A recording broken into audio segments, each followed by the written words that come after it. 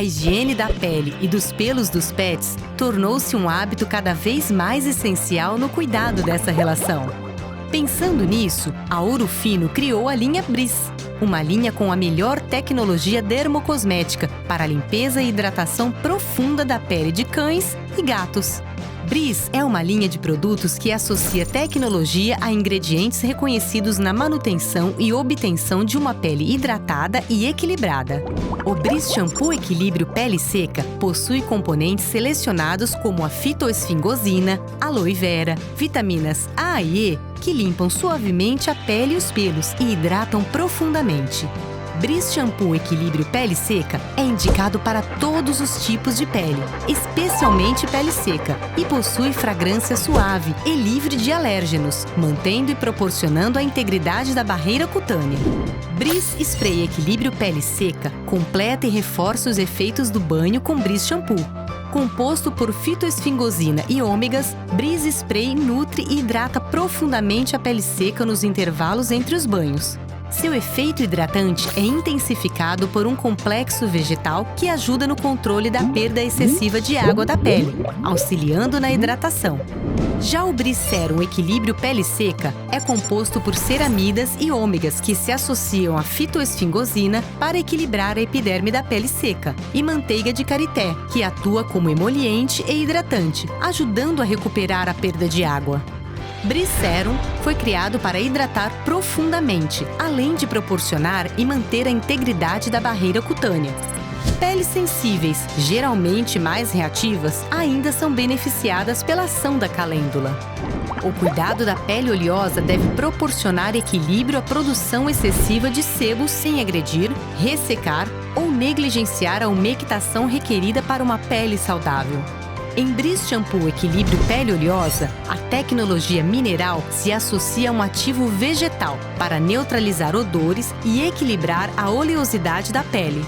A nanovitamina A estimula o turnover fisiológico das células da epiderme, enquanto os ômegas promovem uma hidratação adequada e prolongada da pele. E a fitoesfingosina garante a manutenção da integridade da barreira cutânea. Brizz Spray Equilíbrio Pele Oleosa possui uma formulação leve e não oleosa, que equilibra a oleosidade da pele e neutraliza odores. Brizz Spray também preserva e renova os benefícios do uso de Brizz Shampoo nos intervalos entre os banhos, desodorizando e equilibrando a oleosidade da pele sem ressecar ou alterar a integridade da barreira cutânea. Brizz possui tantos benefícios que já deu para sentir no ar o frescor dessa linha. Por isso, na hora de cuidar da pele e dos pelos de cães e gatos, conte com a Ouro Fino e com uma linha que possui a melhor tecnologia dermocosmética. Vamos juntos cuidar dessa relação?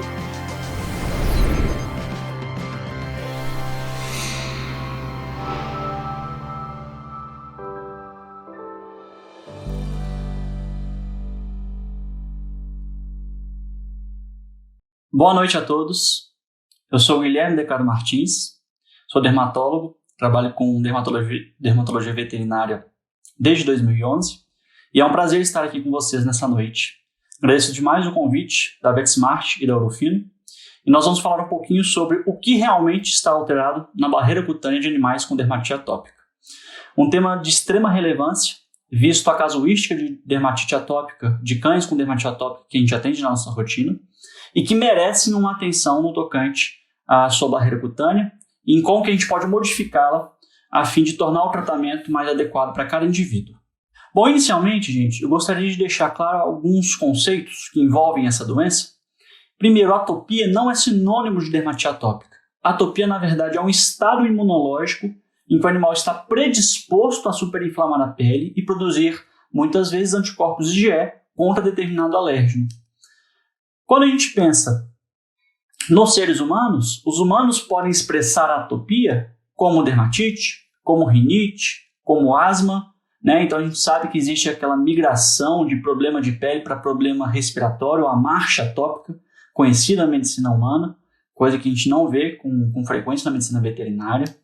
Quando a gente pensa nos cães, os cães expressam a atopia como dermatite. Então o termo mais correto para os cães é dermatite atópica.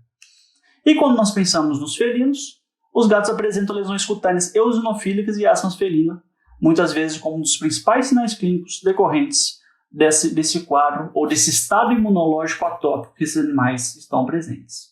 Então, para quando a gente pensa em cães, a gente entende que o melhor ou o termo mais correto é dermatite atópica, já que eles expressam esse estado imunológico com problema de pele, com irritação cutânea, com eritema, com prurido, em algumas áreas específicas.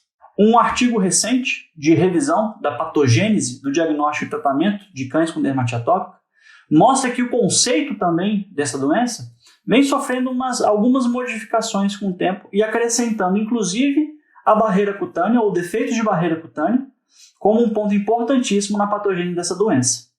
Então, esse artigo aqui é um artigo recente, foi escrito por um grupo de pesquisadores renomados e eu vou traduzir um dos primeiros parágrafos que tem nesse artigo. Então, dermatopatia hereditária comum, crônica, inflamatória e pruriginosa, associado à hipersensibilidade aos alérgenos ambientais e ou alimentares, envolvendo disfunção da barreira cutânea, inflamação cutânea, infecções secundárias bacterianas e fúngicas, além de problemas de orelha, otopatias. Então vejam bem, nós estamos diante de uma doença bastante comum, hereditária, de origem genética, crônica, inflamatória e pruriginosa. E essa inflamação, ela gera muitos efeitos deletérios, inclusive na barreira cutânea desses animais. Além disso, o prurido também, um sinal clínico super comum, ele piora ainda o estado da barreira cutânea. E o que gera essa alteração, esse estado imunológico, muitas vezes são os antígenos ou os alérgenos dispostos ou no ambiente ou também associado ao que o animal come, com muito mais frequência a alérgenos ambientais. Então o foco nosso é entender um pouco mais dessa barreira cutânea, dessa alteração que existe aqui e que sem dúvida nenhuma uma baita predisposição para esses animais super reagirem diante de alérgenos ambientais. Esse outro artigo aqui super interessante mostra um comparativo nas características da dermatite atópica em decorrência da espécie. Então, características de cães, gatos, cavalos e humanos. Eu quero deixar aqui marcado que existe uma similaridade entre as congêneres. Então, existem muitas características iguais, por exemplo, da dermatite atópica canina, da dermatite atópica em seres humanos. Por exemplo, o curso da doença é crônico, assim como em todas as espécies. Presença de IgE, 80% dos cães, a gente consegue identificar a presença de IgE contra algum alérgeno específico, bem similar ao que ocorre na medicina humana. E quando a gente vai na barreira cutânea, o que a gente sabe primeiro aqui na medicina humana, que já há documentos, que já há bastante literatura disponível, mostrando decréscimo de ceramidas, descontinuidade de lamelas lipídicas, expressão anormal de diferentes complexos de componentes epidérmicos, redução da filagrina por mutação do gene da filagrina, isso já está bem claro na medicina humana também. E quando a gente vai na medicina veterinária, principalmente nos cães, a gente já começa a ver que existem muitos artigos também mostrando ou documentando também esse decréscimo de ceramidas e descontinuidade de lamelas lipídicas. E apesar de ter uma expressão anormal de filagrina, ainda a gente não consegue falar em mutação do gene da filagrina como a gente consegue identificar na parte humana. Tá? Então, há um link, por isso que a gente usa muito a medicina humana para estudar dermatite atópica em cães, porque há um link muito grande do que acontece nos seres humanos do que acontece nos cães. E quando a gente fala sobre a patofisiologia dessa doença, ela é um somatório de duas condições principais. A primeira condição é o foco da nossa palestra hoje, que é o defeito de barreira cutânea. Aí a gente coloca como interrogação, será que é um defeito primário? Existem mutações de genes que compõem a barreira cutânea de cães, como já documentado na medicina humana? Ou é mais um defeito secundário associado à inflamação? Em que pé nós estamos com base nesses dois princípios aqui de defeito de barreira cutânea? E o outro, a outra soma da doença, é a desregulação que acontece no sistema imunológico. Mas a gente entende que para ocorrer uma desregulação do sistema imunológico, os alérgenos ambientais eles têm que penetrar nessa barreira cutânea defeituosa. Então, o ponto de partida, muitas vezes, para entender a patofisiologia da doença, é entender como se comporta a barreira cutânea desses cães com dermatite atópica. Alguns artigos, bons artigos, sobre o tema, que eu deixo aqui disponível para a leitura de vocês. E, obviamente, nós vamos discorrer sobre esse tema agora. E vamos entender um pouco sobre essa barreira cutânea. Primeiro, entendendo um pouco da fisiologia dessa barreira cutânea, nós sabemos que ela é composta praticamente de 3 elementos. Um desses primeiros elementos é o estrato córneo, essa camada mais externa da epiderme. O segundo elemento são as ditas uniões estreitas, que são essas bolinhas vermelhas situadas aqui na camada 2 do estrato granuloso, que funcionam mais ou menos como um cinturão, fechando completamente, vedando completamente essa camada do estrato granuloso. Então, separa o que tem daqui para fora e o que tem aqui para dentro. Um cinturão muito rígido.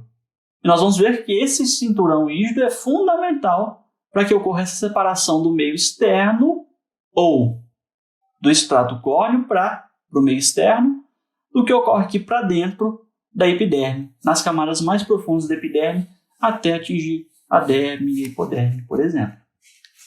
E o terceiro elemento é uma barreira imunológica, principalmente representada aqui por essa célula que emite alguns pseudópodes, vamos dizer assim, que emite essas ramificações, chamada de célula de Langerhans. A célula de Langerhans, numa barreira rígida, ela não consegue ultrapassar a união estreita. Agora, se essa união estreita estiver alterada, essa célula de Langerhans consegue ultrapassar essa união estreita e capturar coisas que, porventura, foram absorvidas aqui na região da camada córnea ou que ultrapassaram algum defeito nessa camada córnea. Então, para bom entendimento, a gente divide didaticamente a barreira cutânea em 3 partes. Primeira parte é o estrato córneo. Nós vamos entender o que está acontecendo de errado no estrato córneo de animais com dermatite atópica. O segundo passo importante, as uniões estreitas. O que pode estar acontecendo ou que alteração existe nessas uniões estreitas e como que essa barreira imunológica participa dessa ativação inflamatória em animais com dermatite atópica e que tem essa barreira cutânea defeituosa. Bom, vamos começar pelo estrato córneo, chamada também de barreira ar líquido. Sabemos que uma barreira cutânea intacta é essencial para evitar ressecamento da pele, bem como evitar penetração excessiva de substâncias exógenas. Então, eu coloco aqui como 2 funções principais de uma barreira cutânea rígida: evitar ressecamento, ou evitar perda de água, e evitar penetração excessiva de substâncias exógenas. Substâncias exógenas como alérgenos ambientais, como micro-organismos, como algumas coisas externas que poderiam estar sendo absorvidas por uma barreira cutânea alterada. E esse estrato córneo, que é a primeira parte de uma barreira cutânea de cães, é composto por corneócitos e lipídios intercelulares. E quando a gente pensa nos lipídios intercelulares, nós podemos discorrer principalmente sobre as ceramidas, sobre os ácidos graxos e colesterol. Sem dúvida nenhuma, as ceramidas compõem aí 40% mais ou menos da barreira cutânea, sendo aí um dos lipídios intercelulares mais importantes que preenchem essa barreira cutânea. Então, o estrato córneo é simplesmente composto por 2 condições, 2 conteúdos, 2 estruturas: corneócitos e lipídios intercelulares. E quando a gente pensa na disposição desses corneócitos de lipídios intercelulares, nós sabemos que para cada camada de corneócito tem que ter uma camada de lipídio intercelular. Para cada camada de corneócito, uma camada de lipídio intercelular. Para cada camada de corneócito, uma camada de lipídio intercelular, muito bem compactados uns aos outros. Nós vamos entender como é que ocorre essa compactação e onde pode haver o erro ou o defeito no animal com dermatite atópica. Então aqui está a primeira parte, a primeira etapa da barreira cutânea que nós estamos discutindo, que é a camada córnea E para entender melhor sobre essa compactação, nós entendemos que um corneócito, para ser bem compactado, além de ter muito bem um lipídio entre um corneócito e outro, ele, durante a diferenciação celular, ele perde o núcleo. Então a célula que era mais arredondadinha ou mais quadradinha, na hora que perde esse núcleo, começa a gerar uma compactação nessa célula. Essa célula mais compactada fica muito mais bem unida a outra célula adjacente, principalmente se a gente tiver uma quantidade importante de lipídio intercelular aqui, entre as camadas. Fora isso, durante a diferenciação celular, é construído um envelope cornificado na célula da camada córnea, o que gera ainda mais firmeza dessa célula e mais compactação. Uma coisa importantíssima para a gente entender, que ocorre como um processo natural, fisiológico nessa camada córnea, é o processo escamativo. Bom, para que ocorra o processo de diferenciação normal da pele e a escamação, no final das contas, daquele corneócito morto, tem que haver uma ruptura da ligação entre um corneócito e outro, chamado córneo-desmossoma. E essa disruptura geralmente é feita por um equilíbrio entre duas enzimas. Uma enzima chamada de calicreína, que é uma protease, que é a enzima que realmente atua como lisando o córneo-desmossoma, fazendo um corte entre uma célula e outra. E uma outra enzima chamada de inibidor de protease, o ALECT. Essas enzimas em equilíbrio participam muito bem do processo escamativo que ocorre na camada córnea. E toda a atividade enzimática é mediada por uma diferença de pH na pele. Então aqui eu estou representando um pH de 6,8, um pouco mais externo, e um pouco mais internamente na camada córnea, um pH de 7,2. E por que essa diferença de pH é fundamental para a atuação dessas duas enzimas? Porque nós sabemos que num pH básico, tanto a LECT, que é um inibidor dessa protease, como essa calicreína, que é uma protease, elas estão atuando. Ou seja, se eu tenho uma protease atuando, mas uma inibidora dessa protease atuando em pH básico, eu sei que nessa parte aqui da camada córnea, provavelmente eu não vou ter lise de córneo-desmossoma. Então, o processo de lise vai acontecer como deveria acontecer, mas na parte superficial da camada córnea. E por que ocorre? Porque num pH um pouco mais ácido, a inibidor de protease, a LECT, perde sua ação. Só que a calicreína protease ela continua agindo. Sendo assim, esse desequilíbrio de agora, num pH mais ácido, onde não há uma inibição da protease, faz com que essa protease atue de forma efetiva, rompendo os córneos-desmossomos e gerando o processo natural de escamação. Isso é o que ocorre num animal saudável. Olha o que acontece no animal com dermatite atópica, gente. Aqui já tem um trabalho mostrando um estudo bem interessante sobre a alteração de pH na pele desses animais. Que o pH na pele de animais com dermatite atópica é maior ou mais básico que na pele de animais saudáveis. Então, acompanhem essa setinha aqui. Olha o que vai acontecer com esse valor, principalmente com esse valor de pH. No animal com dermatite atópica, ele altera-se para 7,1, ou seja, continua o quê? Mais alcalino. Se eu tenho uma LECT atuando em 7,2, eu teria uma LECT atuando também em 7,1. Então a protease não consegue fazer muito bem a sua ação no animal com dermatite atópica porque ele não consegue romper muito bem os córneos-desmossomos. Então, um dos primeiros defeitos que a gente vê nessa barreira cutânea é essa alteração de lise de córneo-desmossomos devido à alteração de pH na pele desses animais, em que a protease não consegue fazer a lise do córneo-desmossoma e o processo de escamação é anormal na pele desses animais com dermatite atópica. Além disso, a gente sabe que é importante, como eu já citei, os lipídios intercelulares que compõem cada um, que preenchem cada uma das camadas córneas. Esses lipídios intercelulares, eles têm uma origem. E a origem deles são essas bolinhas amareladas aqui, que estão dentro de uma célula da camada granulosa. Essas bolinhas amareladas recebem o nome de corpúsculos lamelares. Então, os corpúsculos lamelares que estão na camada granulosa contêm lipídios intercelulares que, para ir até aqui, na camada córnea, precisam sofrer um processo de exocitose. E a exocitose significa unir a membrana da célula da camada granulosa e liberar o conteúdo aqui para as células da camada córnea. E essas lamelas lipídicas, como eu já disse, contêm colesterol, ácidos graxos e ceramidas. Olha que interessante essa microscopia eletrônica. Aqui nós temos um corneócito, aqui nós temos os lipídios intercelulares. Aqui nós temos um corneócito, aqui nós temos os lipídios intercelulares. Aproximando nessas camadas, nós temos o corneócito e nós temos os lipídios intercelulares dispostos em finas lâminas bem compactadas umas das outras.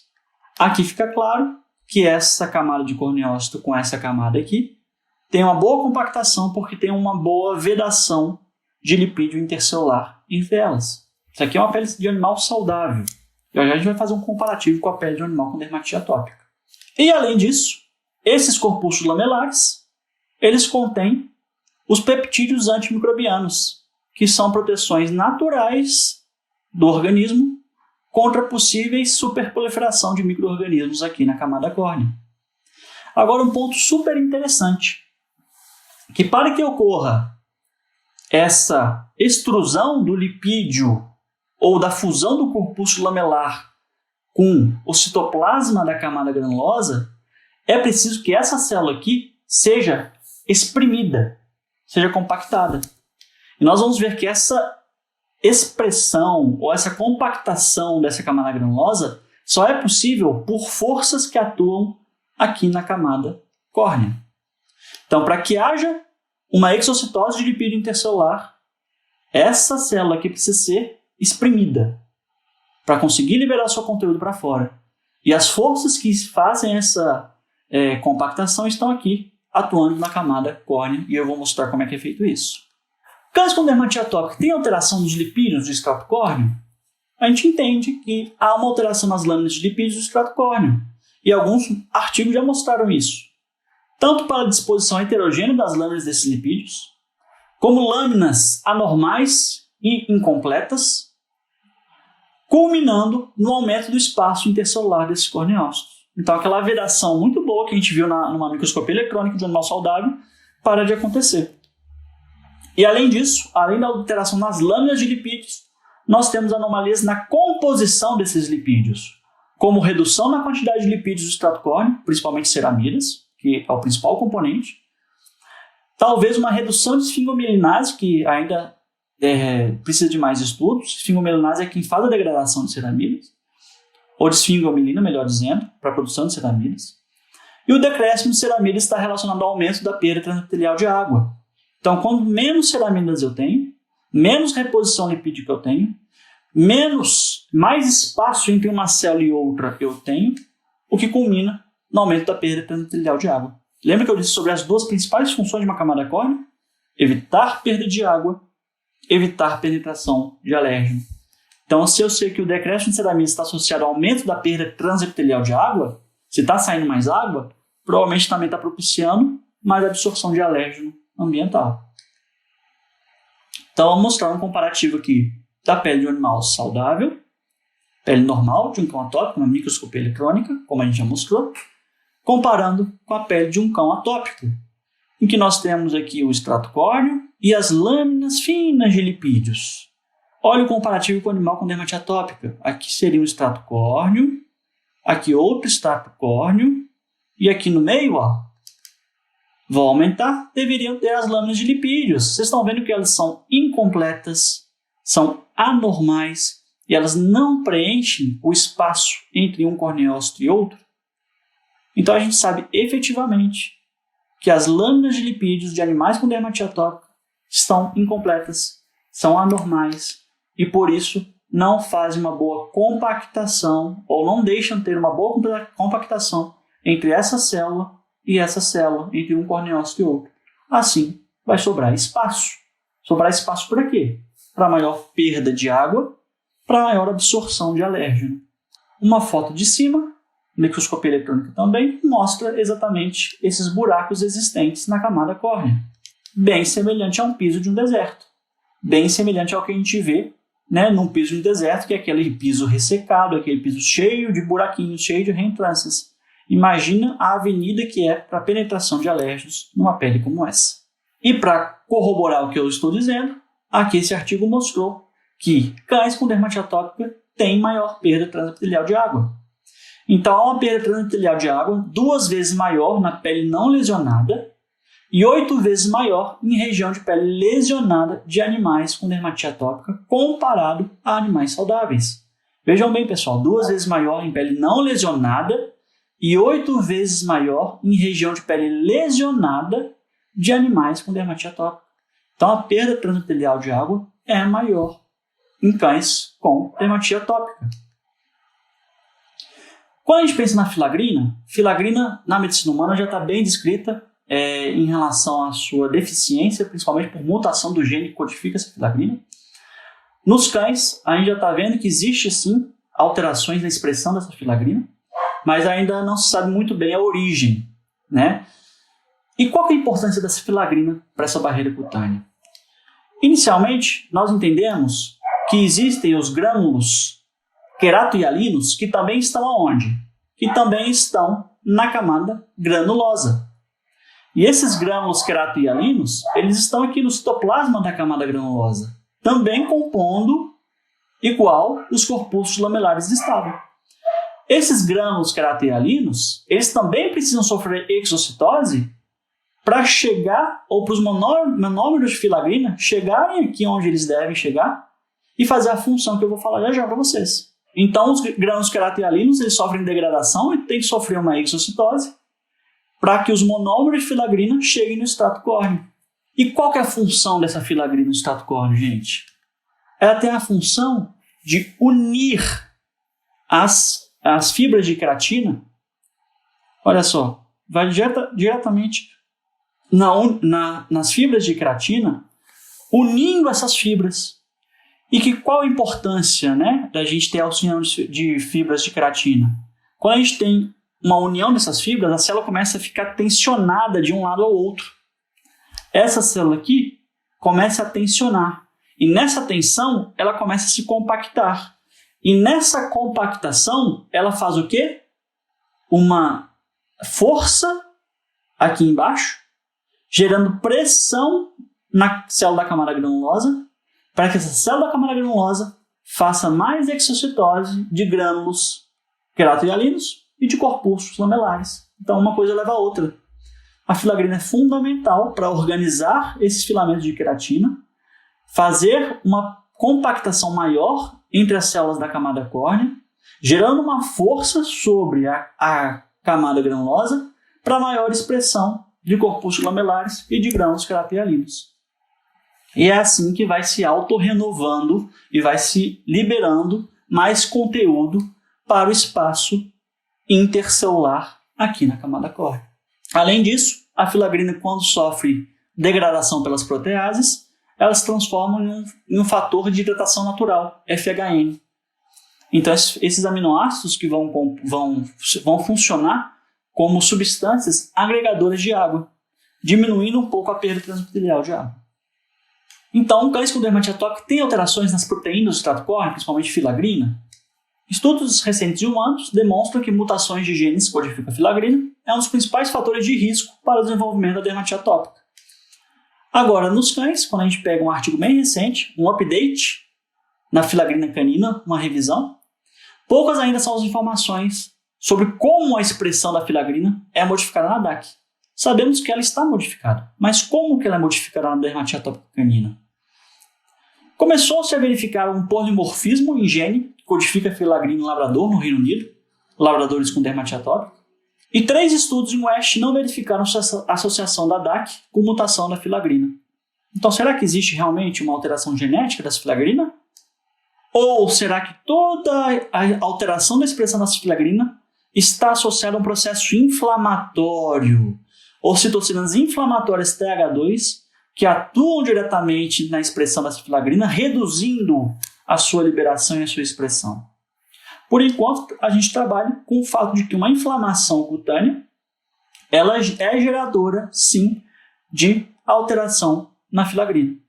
E se essa inflamação altera a expressão da filagrina, vai ocasionar uma menor liberação de lipídios intercelulares, menor liberação de grãos cratealinos e, consequentemente, menor quantidade de lipídios entre um corneócito e outro, já que a filagrina é fundamental para que haja aquela expressão ou aquela pressão de cima na célula da camada granulosa. Vamos para o segundo ponto da barreira cutânea, que é aquela barreira líquido-líquido, ou uniões estreitas. Aqui nós conseguimos ver com tranquilidade que as uniões estreitas elas vão entremeando entre as camadas da granulosa, fazendo um cinturão.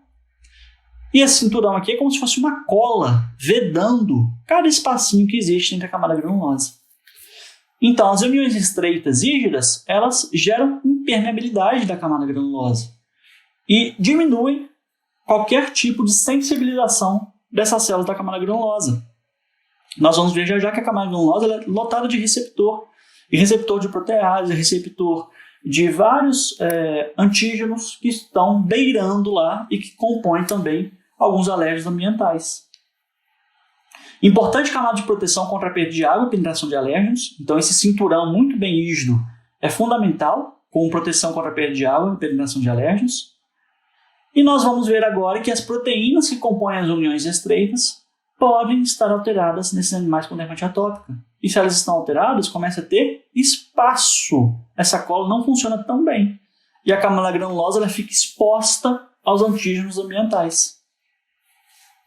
Então, quando a gente pega esse estudo, um estudo comparativo das uniões estreitas, das proteínas de uniões estreitas no modelo de dermatite atópica canina, nós sabemos que existe uma diminuição da expressão tanto da zônula ocludente como da ocludina, que são proteínas que compõem essa união estreita, que compõem esse cinturão formado, que consegue isolar muito bem o que está acima dessa união e o que está abaixo dessa união. Ou seja, quando a gente tem alteração nessas proteínas, as uniões estreitas não funcionam muito bem e a célula da camada granulosa fica mais exposta. Sendo assim, a diminuição da expressão dessas proteínas pode resultar na instabilidade dessas uniões estreitas. Vamos então para a pergunta do nosso título da palestra: o que realmente está alterado na barreira cutânea? Um fato é, os corneócitos não têm boa compactação. Por que os corneócitos não têm boa compactação?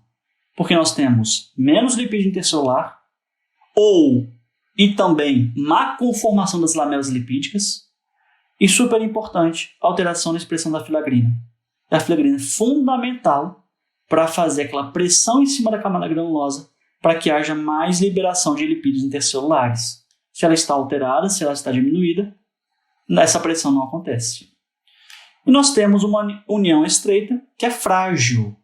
Se é frágil, ela pode deixar a camada granulosa exposta.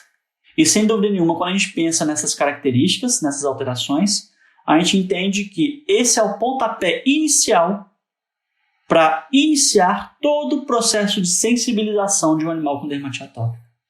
Então, para que ocorra a sensibilização de um animal com dermatite atópica, a gente sabe que a barreira cutânea seria a primeira barreira física, barreira imunológica de todo esse processo. Mas a gente sabe que essa barreira no animal atópico está alterada.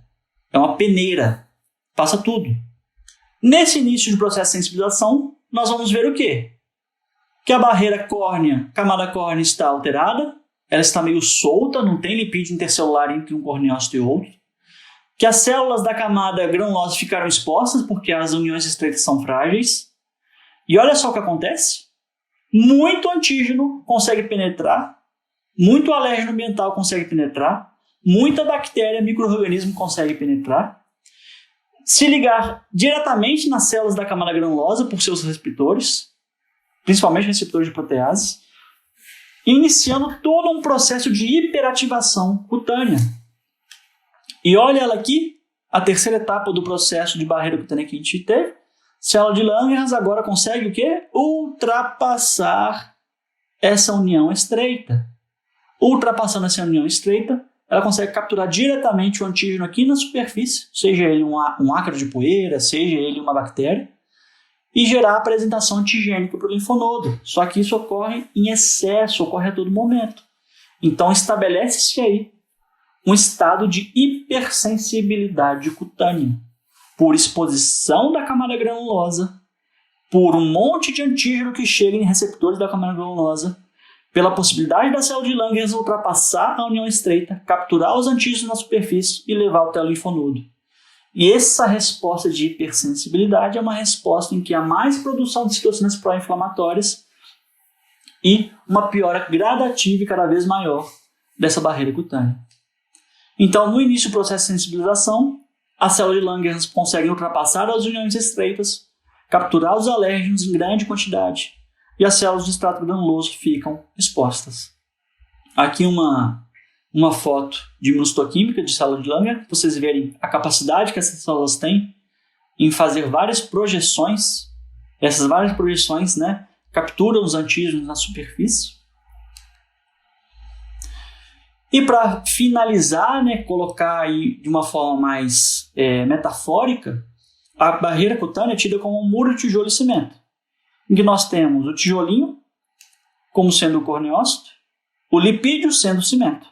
Numa barreira cutânea rígida, pode cair gotícula de chuva, que representaria os alérgenos ambientais, que a barreira está rígida. Esse muro não vai inundar, não vai encharcar, não vai cair. Agora, a partir do momento que os corneócitos ficam soltos porque não tem lipídio intercelular, a partir do momento que essa barreira cutânea fica completamente alterada, os alérgenos ou as gotículas de chuva penetram com muita facilidade.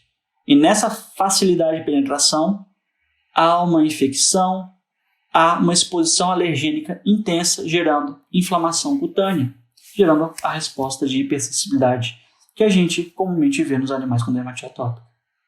Então, o que acontece após a absorção alergênica é uma desregulação do sistema imune, né, que passa por toda aquela fase de sensibilização, estimulação neuronal, fase inflamatória, produção de diversas citocinas pró-inflamatórias. Isso daria uma aula de 5 horas só falando sobre citocinas pró-inflamatórias. Então, aqui eu quero colocar o básico do que acontece após essa absorção alergênica no tocante à barreira cutânea. Lembra que o queratinócito da camada granulosa está exposto? Porque as uniões estreitas são frágeis? Aqui está a célula da camada granulosa representada. E aqui eu coloco como uma representação de um micro-organismo, de uma bactéria, por exemplo. Essa célula da camada granulosa ela tem receptor de protease e receptores semelhantes a TOL.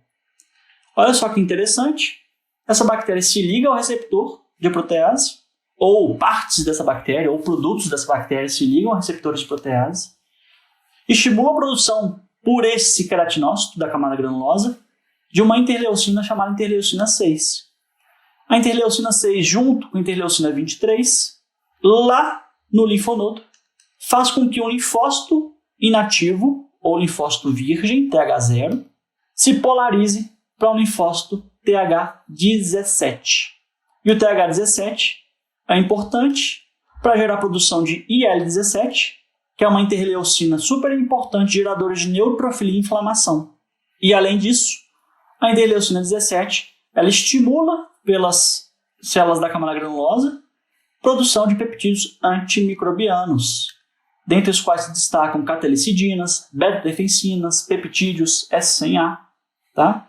Então foquem que um antígeno penetrando, gerando todo esse processo de polarização TH17 e produção de IL-17 é benéfico para o animal, porque o animal está gerando neutrofilia e inflamação.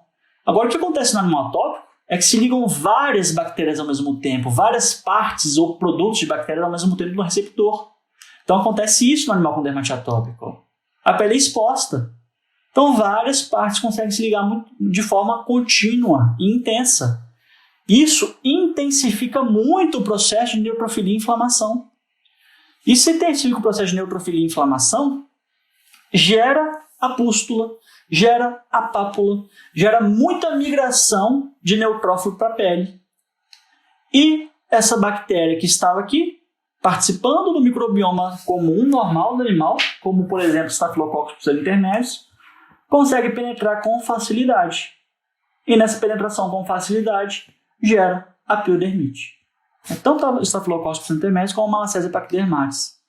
E por isso é tão alto o número de cães com dermatite atópica que tem piodermite recorrente. Porque a bactéria também se aproveita dessa barreira cutânea deficiente. Se aproveita desse estado imunológico hipersensível, né, em que há uma migração excessiva de neutrófilos e uma inflamação. O estado inflamatório piora a barreira cutânea. E 37% dos cães com dermatite atópica podem ter malassesiose recorrente também. Além disso, fora a bactéria, também penetra ácaro, penetra pólen de gramínea, penetra fungo, né? E também conseguem ativar diretamente o queratinócito da camada granulosa.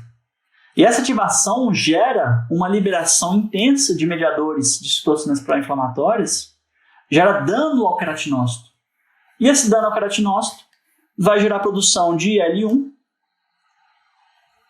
de IL-33 e de linfopoetina estromal tímica, ou TSLP, que juntos vão desviar uma resposta TH0 para TH2.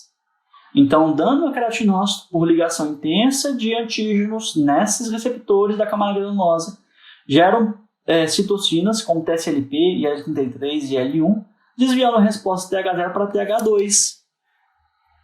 Bloqueia TH17, então aquela neutrofilia às vezes para de acontecer. Então a produção de peptídeos antimicrobianos pode ser alterada. E citocinas pró-inflamatórias começam a permear esse meio. IL-4, IL-5, IL-13. E também uma citocina fundamental pruritogênica chamada IL-31, que junto com a linfopoetina estromal tímica são dos principais fatores agravadores do prurido no cão com dermatite atópica. Então aqui a gente consegue ver que os ácaros ambientais, os pólen de gramíneos, os fungos conseguem desviar a resposta para TH2, que é uma resposta extremamente pró-inflamatória, com produção de IL-4, IL-5, IL-13, TSLP e IL-31, geradoras de inflamação e geradoras de coceira de prurido. Tudo isso foi possível, essa penetração, por um defeito inicial de barreira cutânea.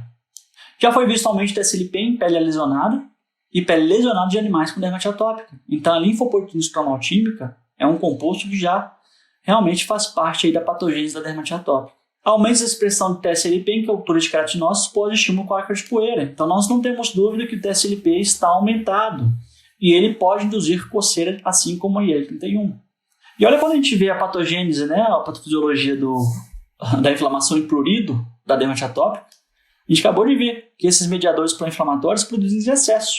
A gente acabou de ver que existe um defeito de barreira cutânea muito importante. Esse defeito de barreira cutânea permite a penetração de bactérias, de alérgenos ambientais. E esses alérgenos ambientais, eles geram maior produção de mediadores pró-inflamatórios. Além disso, sabemos que artrópodes podem gerar gatilhos, alimentos podem gerar gatilhos, ansiedade pode gerar gatilhos e tem uma base genética muito forte, também participando da patofisiologia da inflamação e do prurido do animal com dermatite atópica. Mas o defeito da barreira cutânea é fundamental para que todo o processo de sensibilização aconteça, ou de hiperestimulação aconteça.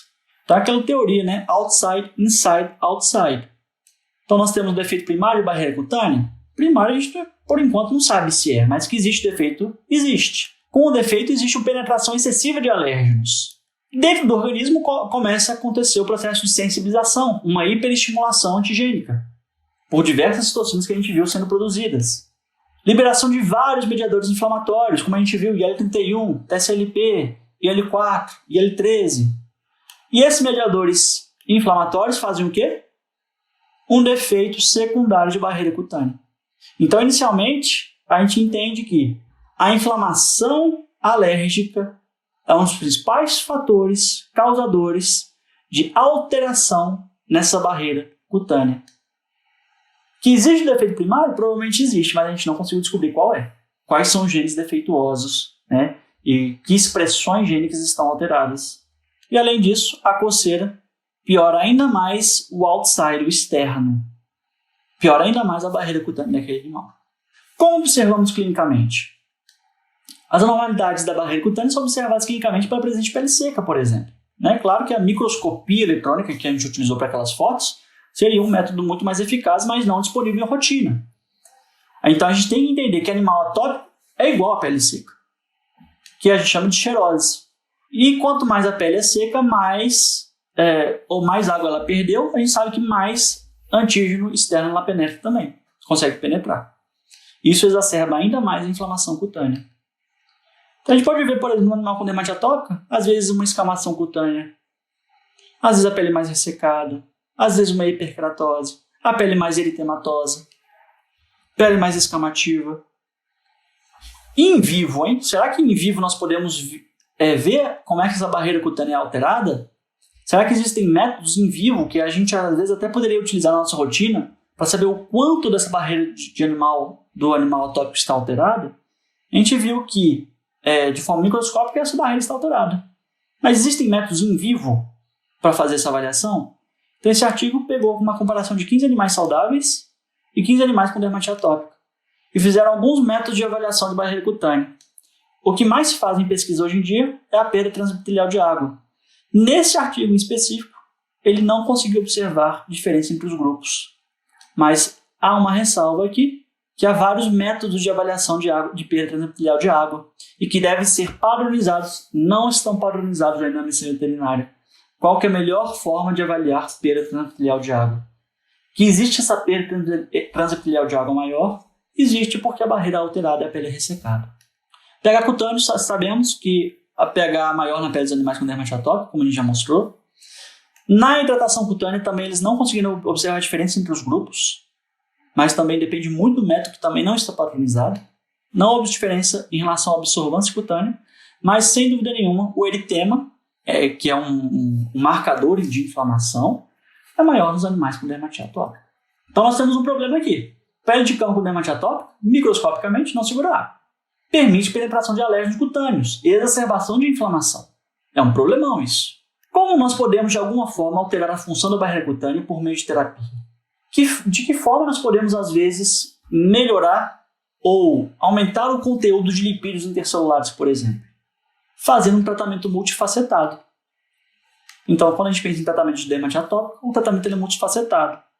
Vai desde um controle de ectoparasitas, controle de infecções secundárias, fármacos que diminuem a inflamação, que são super importantes, e diminuem a coceira, para evitar mais lesão de barreira cutânea, mas também o uso de medicamentos que melhoram a qualidade cutânea, que fazem hidratação ou reposição, ou os dois, de barreira cutânea. Então faz parte de um tratamento de um animal com dermatite atópica.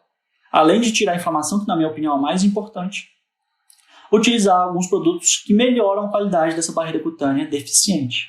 Lembrando que o uso é crônico, que é uma doença genética incurável, e aqui eu deixo para vocês algumas várias substâncias que nós temos no mercado e que fazem um processo de hidratação. Quando a gente pensa em hidratação, são substâncias que conduzem água para a pele e podem ter também um efeito anti-inflamatório. Complexo vegetal, por exemplo, depantenol, hidroviton, germe de trigo, silicone volátil, aveia coloidal. Substâncias emolientes que retêm água na pele, então eles formam uma película sobre o extrato córneo e penetram também entre as células da camada córnea, impedindo a evaporação de água. Como exemplo de emolientes nós temos manteiga de karité, óleos vegetais, óleo de girassol, aloe vera. Substâncias umectantes são ativos hidrofílicos que atraem água para a pele, então geralmente a gente usa em pele mais áspera, caldo de decúbito, como ureia, propilenoglicol, glicerina. E os repositores de barreira cutânea, que equilibram a produção de queratina, reorganizam os lipídios intercelulares que estão completamente desorganizados naquele espaço intercelular e preenchem os espaços entre os corneócitos. E uma das principais moléculas que nós temos, sem dúvida nenhuma, é a fitosfingosina. E essas substâncias elas podem ser encontradas em forma de shampoos, de spray, de sérum, de spot-on, de mousse, de loções. Felizmente nós temos no mercado bons, excelentes produtos para fazer essa função para nós. E um dos produtos muito interessantes que a gente vê é a linha Briz da Ouro Fino. Principalmente eu adoro quando eu penso em terapia tópica shampoo. Shampoo é uma coisa que a gente coloca na pele do animal, retira e a substância fica agindo lá por um tempo.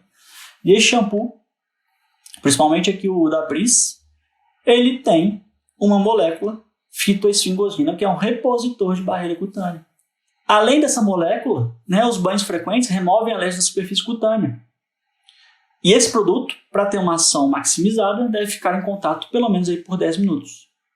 Super importante, num quadro de dermatite atópica estabilizado e para favorecer a estabilização do quadro, um animal com a pele não infeccionada, por exemplo, uma pele com pouca inflamação, usar produtos que contenham fitoesfingosina para manter a integridade dessa barreira cutânea. Sempre é importante entender que quanto mais reposição de barreira cutânea eu fizer, talvez menos espaço fique entre uma camada e outra. Aqui alguns artigos mostrando a intenção e a eficácia de uma hidratação cutânea, de uso de shampoos, né? Então, terapias que hidratam a pele reduzem a perda de água transepidérmica, removem alérgenos cutâneos de forma até mecânica. Sprays sérumos, então, pode ajudar a espaçar os banhos. Às vezes a gente pede para fazer 2 banhos semanais no início, depois um banho semanal e espaçando esse banho, sprays contendo fitoesfingosina também, ou sérums para ajudar na reposição de barreira cutânea. São muito fáceis de aplicar e não necessitam de enxágue. Então eu estou colocando produtos na pele que repõem barreira cutânea, que melhoram a qualidade daquela pele, que diminuam a perda de água transepitelial, que diminuam a absorção de alérgenos ambientais e que às vezes, para maior praticidade dos tutores, pode ser feito na forma de spray ou de sérum. Bom, nós sabemos quais são os elementos alterados da barreira cutânea. Isso é fato, a gente mostrou para vocês. Hoje, coloca aqui até em caixa alta, hoje, as alterações encontradas são secundárias à inflamação cutânea. Eu acredito muito que existe um defeito primário. Igual naquela teoria inside, outside, inside, outside. Mas qual é exatamente esse defeito primário? A gente ainda está correndo atrás. Na medicina humana a gente já tem esse direcionamento maior em relação à mutação de gene na filagrina. Mas hoje nós sabemos que as alterações que nós encontramos na barreira cutânea são secundárias à inflamação, ao grau de hipersensibilidade que existe naquela pele do animal. Também sabemos que diversos elementos podem auxiliar na reposição de barreira cutânea. Fitoesfingosina, ceramidas, ácidos graxos. E sem dúvida nenhuma, um tratamento complementar fundamental para a melhoria daquela barreira cutânea. Tirar a inflamação, gente, é um ponto inicial. A gente tem que usar fármacos anti-inflamatórios, como a gente mostrou naquele tratamento multimodal. Mas complementar com terapia tópica de melhoria de barreira cutânea se torna necessário para que a gente diminua a perda de água transepidérmica e a penetração excessiva de alérgenos cutâneos. E quanto menos alérgeno cutâneo penetra, menor a sensibilização daquele animal, menor, talvez, o grau de hiperestimulação que aquele animal vai ter. Ok? E aqui só mostrando um caso clínico. Aqui o animal, antes, em que a gente fez uma terapia reativa aqui, um animal com dermatite atópica, uma terapia reativa foi necessária, com anti-inflamatório potente, com shampoos antimicrobianos, né? Então antes, 30 dias depois, já com uma pele bem melhor, menos inflamada, menos crônica, e 60 dias depois, e agora esse animal é um animal que necessita de manutenção, e essa manutenção, sem dúvida nenhuma, vem agora com os produtos para hidratação cutânea, para reposição de barreira cutânea. Essa aqui não é a hora de entrar com repositor de barreira cutânea, aqui é a hora de tirar infecção. Aqui é a hora de tirar a inflamação. A hora de hidratar a pele é aqui, ó, como terapia proativa. Então nós vamos usar os hidratantes, os shampoos, os repositores de barreira cutânea como terapia proativa, depois que a terapia reativa passou. Muito grato pela oportunidade de fazer essa palestra, um assunto que me agrada muito. Deixo aqui meu e-mail e minhas redes sociais e agradeço novamente a plataforma BetSmart e Ourofino pelo convite.